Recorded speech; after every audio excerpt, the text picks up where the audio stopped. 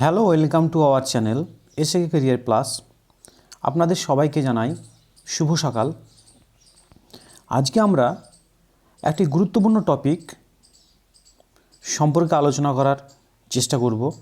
ভারতের জাতীয় প্রতীক, national symbols of India. ভারতের বিভিন্ন ধরনের জাতীয় প্রতীক রয়েছে, জাতীয় পতাকা রয়েছে, তারপর জাতীয় স্তম্ভ রয়েছে, জাতীয় ফুল, জাতীয় ফল, জাতীয় ক্যালেন্ডার, বিভিন্ন বিষয় রয়েছে। এখানে মোটামুটি 24 থেকে 25টা বিষয় নিয়ে আলোচনা করা হবে এবং সমস্ত বিষয় সমস্ত পরীক্ষার জন্য খুবই ভেরি ইম্পর্টেন্ট। আপনারা যদি এই চ্যানেলে নতুন হয়ে থাকেন তাহলে পূর্বের প্লেলিস্ট থেকে ভিডিওগুলি আপনারা এক ঝলকে দেখে নিতে পারেন। সেই ভিডিওগুলি আপনাদের অবশ্যই উপকারে আসবে বিভিন্ন পরীক্ষার জন্য। আর আশা করি আজকের যে টপিকটা আমরা খুবই পরিশ্রম দিয়ে তৈরি করেছি, এরকম ভিডিও আপনারা ইউটিউব সার্চ দিয়ে দেখবেন, আশা করি পাবেন না এরকম একসঙ্গে গুছিয়ে। সব বেশি কথা না বলে আজকে শুরু করা যাক।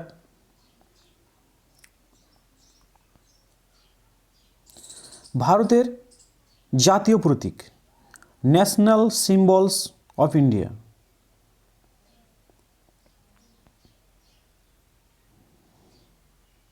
প্রথমেই যে বিষয়টি নিয়ে আমরা আলোচনা করব সেটা হচ্ছে ন্যাশনাল এমব্লেম। ন্যাশনাল এমব্লেম কথার অর্থ হচ্ছে জাতীয় স্তম্ভ। ভারতের জাতীয় প্রতীক সারনাথের সিংহ চিহ্নিত অশোক স্তম্ভটি থেকে নেওয়া হয়েছে। আসল অশোক স্তম্ভটি উত্তরপ্রদেশের বেনারসের কাছে এক মিউজিয়ামে রাখা আছে। তাহলে এই বিষয়টা আমরা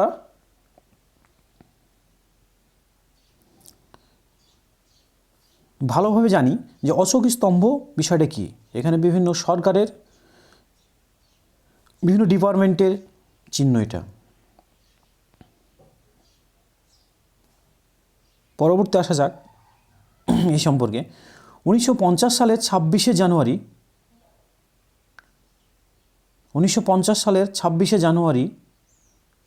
ভারত প্রজাতন্ত্র হিসাবে ঘোষিত হওয়ার সময় আমরা জানি 1950 সালের 26শে জানুয়ারি ভারতে প্রজাতন্ত্র দিবস হিসেবে পালন করা হয়েছিল প্রথম।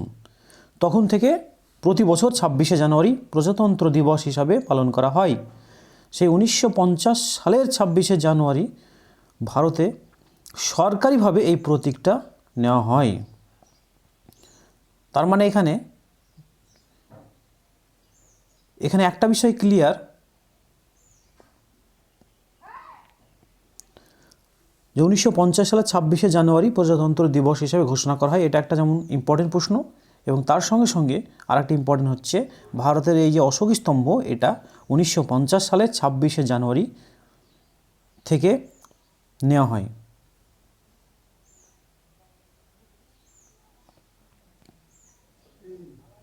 এই এমব্লেমটি হলো ক্ষমতা, সাহস এবং বিশ্বাসের প্রতীক।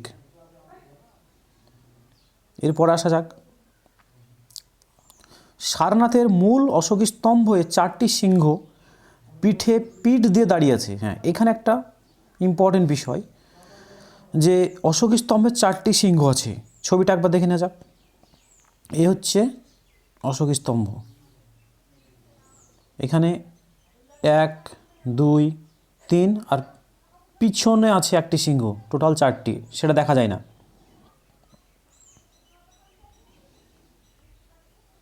চারটি সিংহ পিঠে পিঠ দিয়ে দাঁড়িয়ে আছে। এখানে 3টি নয়, কিন্তু নিচের আধারটিতে হাতি, ছুটন্ত ঘোড়া, ষাঁড় বানান ভুল হয়েছে, এটা আপনারা অ্যাডজাস্ট করে নেবেন এটা, ও সিংহের রিলিফ রয়েছে। তবে এই 4টি প্রাণীর রিলিফকে পৃথক করতে তাদের মাঝে পদ্মের উপরে চক্র রয়েছে। একটি বেলে পাথর খোদাই করে তৈরি অশোক স্তম্ভের শীর্ষে রয়েছে ধর্মচক্র। নিচের আধারটির উত্তর দিকে সিংহ, পূর্বে হাতির, দক্ষিণে ছুটন্ত ঘোড়া এবং পশ্চিম দিকে ষাঁড় অবস্থান করছে। একেবারে নিচের মুন্ডক উপনিষদ থেকে সত্যমেव জয়তে কথাটি দেবনাগরী লিপিতে খোদাই করা আছে। ভেরি ইম্পর্টেন্ট এই কথাটা। নিচে রয়েছে একদম অশোক স্তম্ভের নিচে, ছবিটা আমরা দেখাচ্ছি, কি লেখা রয়েছে? সত্যমেব জয়তে। এবং সেটা কোথা থেকে নেওয়া হয়েছে? মুন্ডক উপনিষদ থেকে নেওয়া হয়েছে। কি ভাষা লেখা আছে? দেবনাগরী লিপিতে।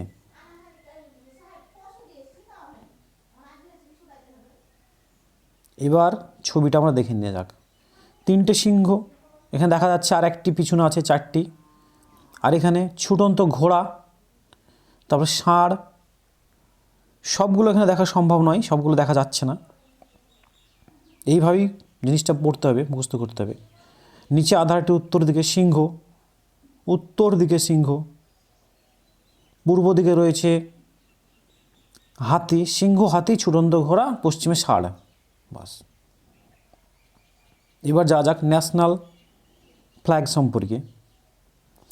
আমরা জানি যে কোনো দেশের ঐতিহ্য, গৌরব এবং মর্যাদার প্রতীক হলো সে দেশের জাতীয় পতাকা। এটা ভালো করে জানি, প্রত্যেকটি দেশের একটি নির্দিষ্ট জাতীয় পতাকা রয়েছে। ভারতের জাতীয় পতাকার নকশাকে গ্রহণ করা হয় 22শে জুলাই 1947 সাল। খুব ইম্পর্টেন্ট প্রশ্ন এটা, এবং এই প্রশ্নটাই বারবার ঘুরিয়ে ফিরিয়ে প্রশ্ন আসে। কবে গ্রহণ করা হয়? ভারতের জাতীয় পতাকা কবে গ্রহণ করা হয়? 1947 সালে গ্রহণ করা হয়। 15 আগস্ট অপশানে দেওয়া থাকে, কিন্তু হবে না। 22শে জুলাই, 1947 সালের 22শে জুলাই। খুবই ইম্পর্টেন্ট। এরপরে আসা যাক, জাতীয় পতাকা জাতির উদ্দেশ্যে উৎসর্গীকৃত করা হয় মহিলাদের পক্ষ থেকে। এখানে হাজার না, অন হবে। 1947 সালের 14 আগস্ট মধ্যরাত্রির অধিবেশনে। তারপরে জাতীয় পতাকার দৈর্ঘ্য প্রস্থের অনুপাত। এখানে দৈর্ঘ্য প্রস্থ বললে 3:2, 3:2। যদি প্রস্থ দৈর্ঘ্যর অনুপাত বলে তাহলে 2:3। এই কথাটা কিন্তু ভালোভাবে মাথায় রাখতে হবে। দেখতে হবে যে জাতীয় পতাকার দৈর্ঘ্য ইস্টু প্রস্থ বলেছে না, প্রস্থ ইস্টু দৈর্ঘ্য। তাহলে এখানে কি দৈর্ঘ্যটা বড় 3:2 এবং প্রস্থটা ছোট 2। তারপরে জাতীয় পতাকার নকশাটি অঙ্কন করেন কে? পিঙ্গালি ভেঙ্কাইয়া ডিজাইন করেছেন, যিনি অন্ধ্রপ্রদেশের মাসলিপট্টনম গ্রামের মানুষ। এটাও ভেরি ভেরি ইম্পর্টেন্ট, অনেক পরীক্ষা এসেছে। এবার আসা যাক, ভারতের জাতীয় পতাকাতে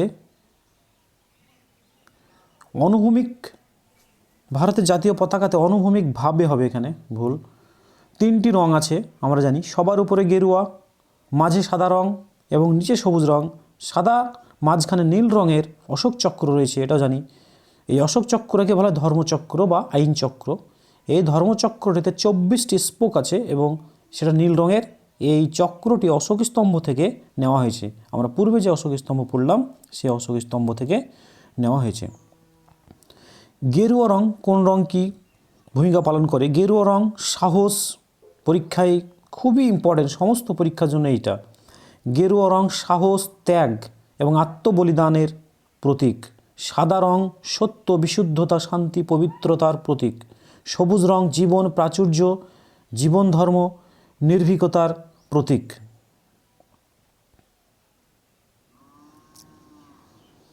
নীল রঙের অশোক স্তম্ভটি উন্নতি এবং গতিশীলতার প্রতীক। এবার দেখে নেওয়া যাক ছবিটা। এটা কি রং? গেরুয়া। এটা সাদা রং, ঠিক। এটা সবুজ রং। তাহলে এই 3টে রং পরপর, উল্টো পাল্টা যেন না হয়। আর মাঝে রয়েছে অশোক চক্র এবং সেখানে রয়েছে 24টি স্পোক। এই স্পোকটা কোন রঙের? নীল রঙের।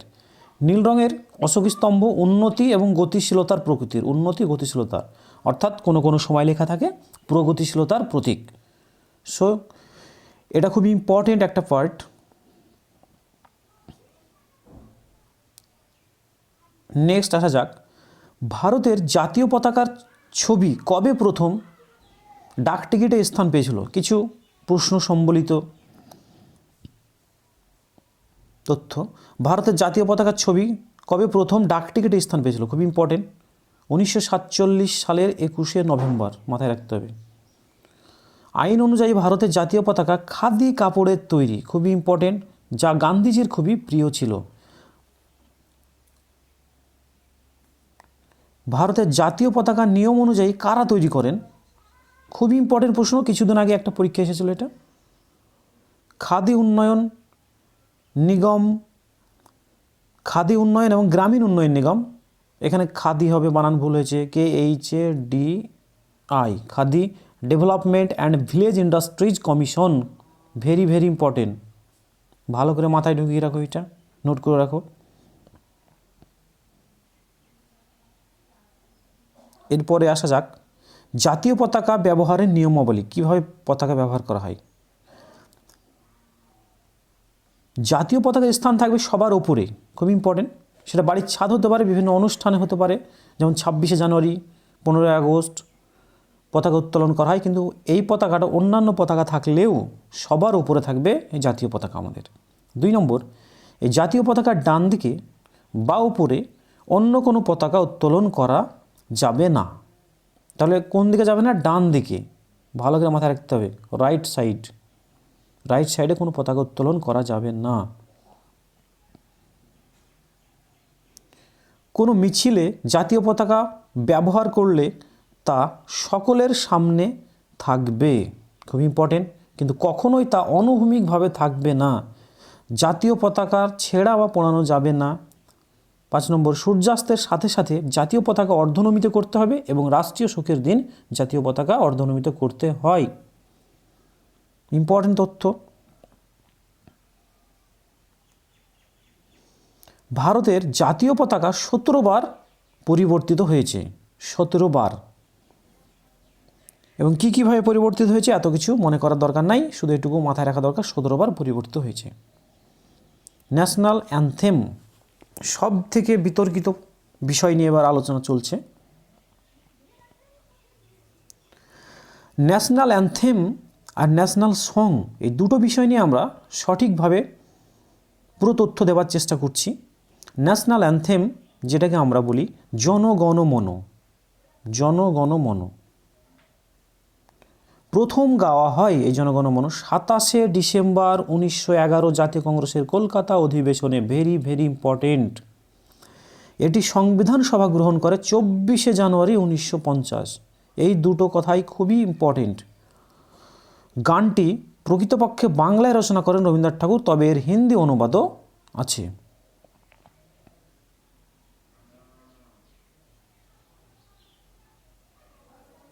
এই গানটি প্রথম রবীন্দ্রনাথ সম্পাদিত তত্ত্ববোধিনী পত্রিকায় 1912 সালে প্রকাশিত হয়। প্রতিটি তথ্য কিন্তু খুবই ইম্পর্টেন্ট, মনোযোগ দিয়ে সবাই দেখবেন। প্রথম প্রকাশের সময় এই কবিতার নাম ছিল ভারত বিধাতা, মানে তত্ত্ববোধিনী পত্রিকা এটা ভারত বিধাতা নামে প্রকাশিত হয়। এই গানটিকে ইংরেজিতে অনুবাদ করেন রবীন্দ্রনাথ ঠাকুর, কত সালে? 1919 সালে। খুব ইম্পর্টেন্ট, কী নামে? The morning song of India.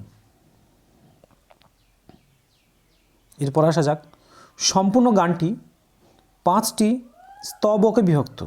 গানের কটা স্তবক আছে? 5টি স্তবক আছে, 5টি স্তবকে বিভক্ত, তবে গানটির প্রথম স্তবক গাওয়া হয়।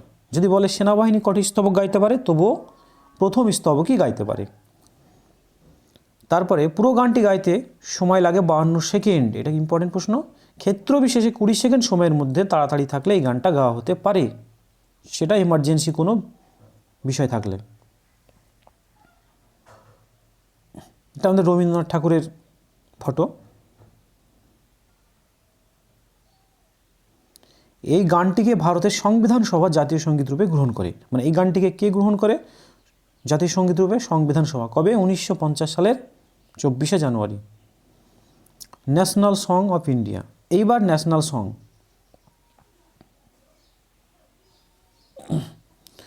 ন্যাশনাল সং বলতে বোঝায় বঙ্কিমচন্দ্র চট্টোপাধ্যায়ের আনন্দমঠ উপন্যাস থেকে নেওয়া বন্দে মাতারম গানটিকে। এটা কিন্তু ইম্পর্টেন্ট, ন্যাশনাল সং এটা। আর আগেরটা ছিল ন্যাশনাল অ্যানথেম জনগণমন। জাতীয় কংগ্রেসের 1896 সালের 28শে ডিসেম্বর কলকাতা অধিবেশনে এই গানটি প্রথম গাওয়া হয়। আগেরটাও কলকাতা অধিবেশনে ছিল, এটাও কলকাতা অধিবেশনে, কিন্তু সালটা আলাদা, ভালো করে মাথায় রাখতে হবে। অনেক সময় পরীক্ষায় দেয় ন্যাশনাল সং কবে গাওয়া হয় অথবা ন্যাশনাল অ্যানথেম কবে গাওয়া হয়। এই প্রসঙ্গে উল্লেখযোগ্য আনন্দমঠ উপন্যাস 1882 সালে প্রকাশিত হয়।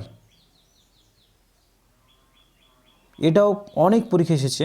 আনন্দমন উপন্যাস কত সালে প্রকাশিত হয়? 1882। গানটিকে ইংরেজিতে অনুবাদ করেন Shri Aurobindo Ghosh. Very very important প্রশ্ন।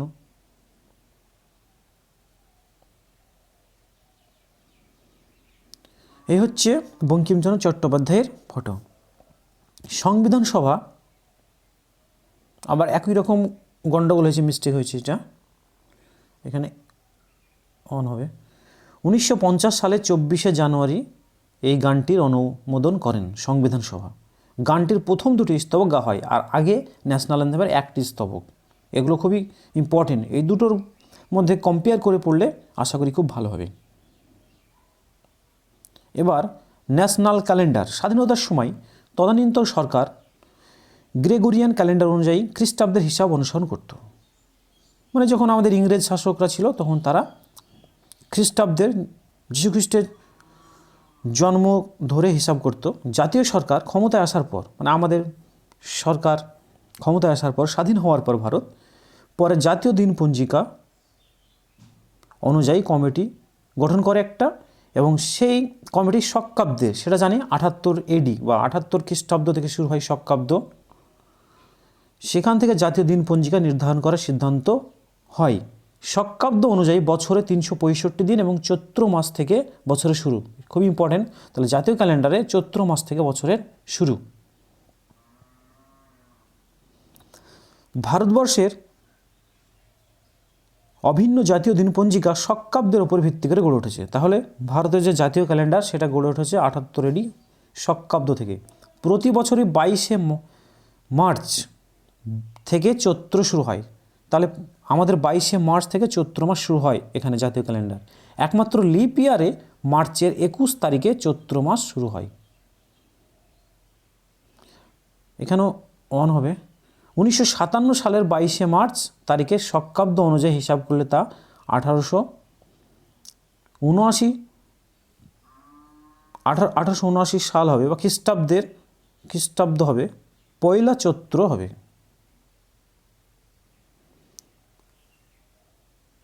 1957 সালের 22শে মার্চ তারিখ থেকে ভারতের জাতীয় দিনপঞ্জিকা চালু হয়। এটা মাথায় রাখতে হবে। সবচেয়ে ভেরি ভেরি প্রশ্ন হচ্ছে এইটা, যে ভারতের ন্যাশনাল ক্যালেন্ডার বা জাতীয় দিনপঞ্জিকা কবে চালু হয়? 1957 সালের 22শে মার্চ। এবং এখানে চৈত্র মাস শুরু হয় 22শে মার্চ থেকে, আর লিপ ইয়ারে 21শে মার্চ তারিখ থেকে শুরু হয়। এবং এখানে 365 দিনই হয়, তবে লিপ ইয়ার হলে সেটা 366 দিন হবে। এই একটা এখানে ফটো দেওয়ার চেষ্টা করা হয়েছে ন্যাশনাল ক্যালেন্ডারের। এবার ন্যাশনাল বার্ড। ময়ূরকে ভারতের জাতীয় পাখি বলে ঘোষণা করা হয় 1963 সালে। এটুকু মনে রাখলে হবে, কারণ এটি ভারতীয় সংস্কৃতি ও প্রথা বহন করে। এই হচ্ছে ময়ূরের ছবি। পরে আসা যাক। ময়ূরের বিজ্ঞানসম্মত নাম হলো পাবক্রিস্টোসাস বা পাভোক্রিস্টোসাস দেওয়া আছে। এটা 1972 সালে বন্যপ্রাণী সংরক্ষণ আইন অনুসারে ময়ূরকে সম্পূর্ণভাবে রক্ষা করা হয়েছে। পরে প্রশ্ন আসা যাক। ন্যাশনাল অ্যানিম্যাল, আমাদের জাতীয় পশু আমরা জানি কি? 1973 সালে ভারতের জাতীয় পশু হিসাবে রয়্যাল বেঙ্গল টাইগারকে স্বীকৃতি দেওয়া হয়। ভারত ছাড়া বিভিন্ন দেশে বাঘ দেখা যায়, কিন্তু পশ্চিমবঙ্গে যে রয়্যাল বেঙ্গল টাইগার দেখা যায় শুধুমাত্র ভারতের 8টি রাজ্যে, যার বিজ্ঞানসম্মত নাম Panthera Tigris. Operation tiger project 1973 সালে চালু হয়। যদি বলে টাইগার প্রজেক্ট কত সালে চালু হয়? 1973 সালে। খুবই ইম্পর্টেন্ট প্রশ্ন। এবং সেই সময় থেকেই ভারতের জাতীয় পশু রয়্যাল বেঙ্গল টাইগারকে জাতীয় পশুর মর্যাদা দেওয়া হয়। সিংহ ভারতের জাতীয় পশু ছিল, মানে কিন্তু 1972 সাল পর্যন্ত, 1973 সালের আগে পর্যন্ত ভারতের জাতীয় পশু ছিল সিংহ। কিন্তু এটা অনেক জায়গায় তোমরা পাবে না, এটা একটু নোট করে রাখবে। এই হচ্ছে টাইগার আমাদের। এবং টাইগারকে বলা হয় লর্ড অফ জঙ্গল, JUNGLE, জঙ্গল, লর্ড অফ জঙ্গল। এবার ন্যাশনাল ট্রি, ভারতের জাতীয় গাছের নাম কি? ভারতের জাতীয় বৃক্ষ হলো বটবৃক্ষ। এই হচ্ছে বটবৃক্ষ। তার বিজ্ঞানসম্মত নাম ফাইকাস বেঙ্গালেন্সিস। 1950 সালে ভারতীয় বটকে জাতীয় গাছের মর্যাদা দেওয়া হয়। বেশিরভাগই এখানে 1950 সালেই হবে।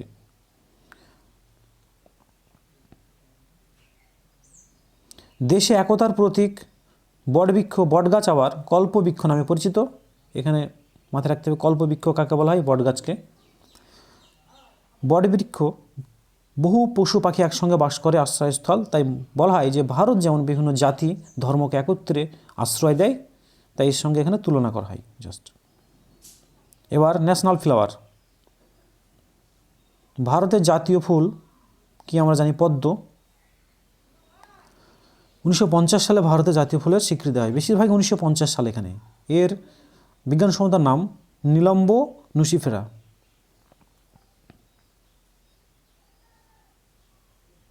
এই হচ্ছে আমাদের পদ্ম, জাতীয় ফুল। সুন্দর ছবি পদ্মের। এটি পবিত্র ফুল আমরা জানি। ভারতের চিত্রকলা এক পৌরাণিক কাহিনীতে স্বতন্ত্র অবস্থান আছে এর। National fruit. ভারতের জাতীয় ফল হলো আম, আমরা জানি, যার বিজ্ঞানসম্মত নাম ম্যাঙ্গিফেরা ইন্ডিকা। 1950 সালে, বেশিরভাগই 1950 সালে জাতীয় ফল হিসেবে ঘোষণা করা হয় সমস্ত কিছুকেই। এই হচ্ছে আম।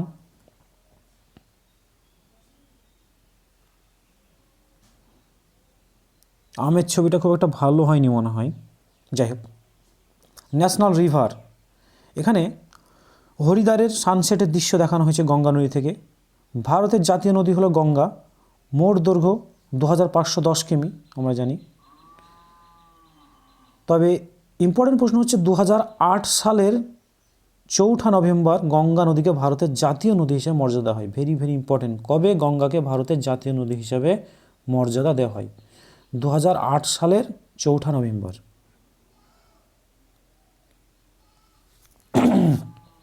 এবার আসা যাক ন্যাশনাল অ্যাকোয়াটিক অ্যানিমাল, জাতীয় জলচর প্রাণী।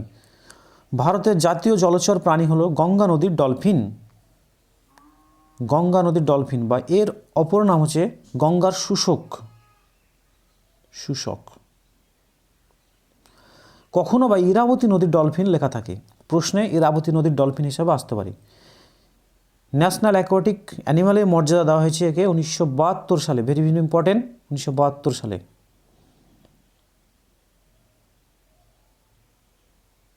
এই হচ্ছে গঙ্গার শুশুক, ছবিটা দেখে নাও।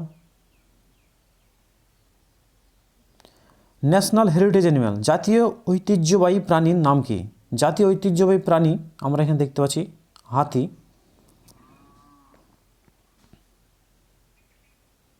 ভারতের জাতীয় ঐতিহ্যবাহী পশু হলো হাতি। 2010 সালের 22 অক্টোবর ভারতীয় হাতিকে জাতীয় ঐতিহ্যবাহী পশু হিসাবে স্বীকৃতি দেওয়া হয়। স্থলভাগের বৃহত্তম স্তন্যপায়ী প্রাণী হাতি। তাহলে কত সালে হাতিকে জাতীয় ঐতিহ্যবাহী পশুর মর্যাদা দেওয়া হয়? 2010 সালের 22 অক্টোবর। এটা মনে রাখতে হবে, very very important. National bacteria, এটা তো হাসির কথা। ন্যাশনাল ব্যাকটেরিয়া, ভারতের জাতীয় ব্যাকটেরিয়া ল্যাক্টোব্যাসিলাস বুলগারিকাস হলো ভারতের জাতীয় জীবাণু। মাথায় রাখতে হবে ল্যাক্টোব্যাসিলাস বুলগারিকাস। এটি একটি উপকারী ব্যাকটেরিয়া। ছবিটা দেখতে পাচ্ছেন আপনারা, দেখে নিন। ভাতের মতো দেখতে লাগছে, কেমন আটার মতো। এটা একটি উপকারী ব্যাকটেরিয়া। এই ব্যাকটেরিয়া খাদ্যর সম্পূরক হিসাবে ব্যবহার করা হয়।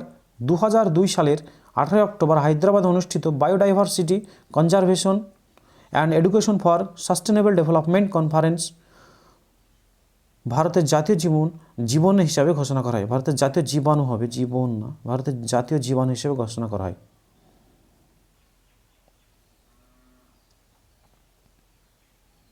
এবার ইন্ডিয়ান কারেন্সি। ইন্ডিয়ান কারেন্সি ছবিটা একবার দেখা যাক। এই হচ্ছে ভারতের ইন্ডিয়ান কারেন্সি, যেটা RS টাকা। ভারতে সরকারি মুদ্রা হলো ভারতীয় রুপি বা INR, ইন্ডিয়ান ন্যাশনাল রুপি।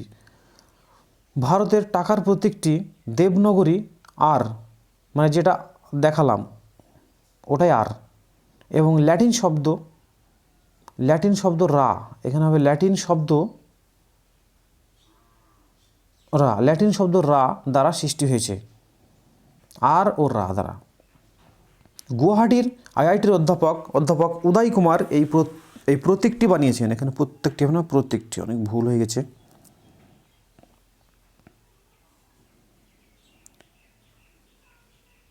ভারতীয় টাকার প্রতীকটি অঙ্কনের জন্য 2009 সালের 5 মার্চ একটি প্রতিযোগিতার আয়োজন করা হয়েছিল সরকারের পক্ষ থেকে। 2010 সালের তৎকালীন অর্থমন্ত্রী প্রণব মুখোপাধ্যায় কেন্দ্রীয় বাজেট পেশ করার সময় উল্লেখ করেন যে ভারতীয় টাকার প্রস্তাবিত প্রতীকটিতে ভারতীয় সংস্কৃতি তার প্রতিফলন ঘটবে। পরে 2010 সালের 15 জুলাই প্রতীকটি গ্রহণ করা হয়। তাহলে এটা মাথায় রাখতে হবে, ভারতের যে বর্তমানে যে প্রতীক টাকার, সেটা 2010 সালের 15 জুলাই গ্রহণ করা হয়। ভারতীয় টাকার আন্তর্জাতিক কোড হলো 3 অক্ষর বিশিষ্ট INR। যে ছবিটা আমরা দেখতে পাচ্ছি, এই হচ্ছে INR এর ছবি।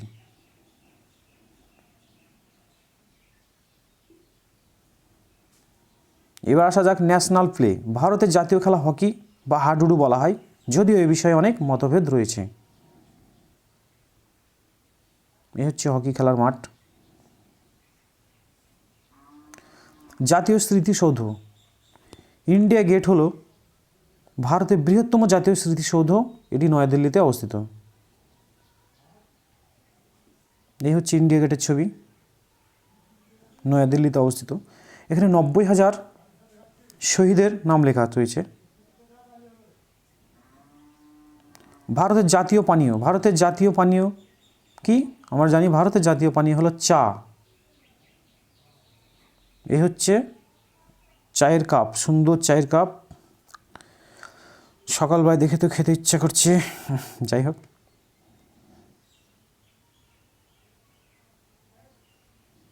তার সঙ্গে বিস্কুটও রয়েছে। বাহ। এবার ন্যাশনাল মোটো। ন্যাশনাল মোটো হলো সত্যমেব জয়তে। জাতীয় শিল্পকলা। ভারতের জাতীয় শিল্পকলা হলো ভারতনাট্যম নৃত্যকলা। এই নৃত্যকলাটি তামিলনাড়ুতে সৃষ্ট এবং একে চলমান কবিতা হিসাবে জানা যায়। এটা কিন্তু পরীক্ষায় এসেছিল, খুব ইম্পর্টেন্ট বিষয়, মর্নিং পোয়েট্রি। এখানে মর্নিং হবে, মর্নিং নয়, মর্নিং।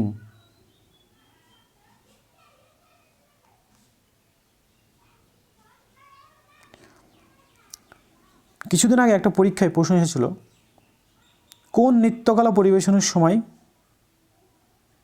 কবিতা পাঠ করা হয়? তাহলে উত্তর হবে ভারতনাট্যম।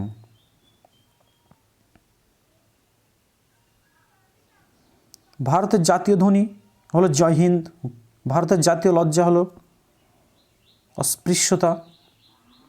ভারতের জাতীয় ভাষা কটি? 22টি।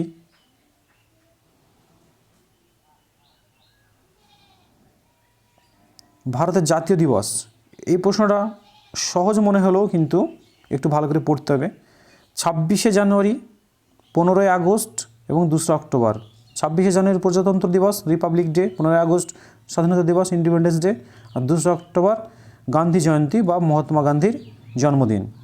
আর অন্য কিছু দিন বললে কিন্তু হবে না, এখানে একটু মাথায় রাখতে হবে।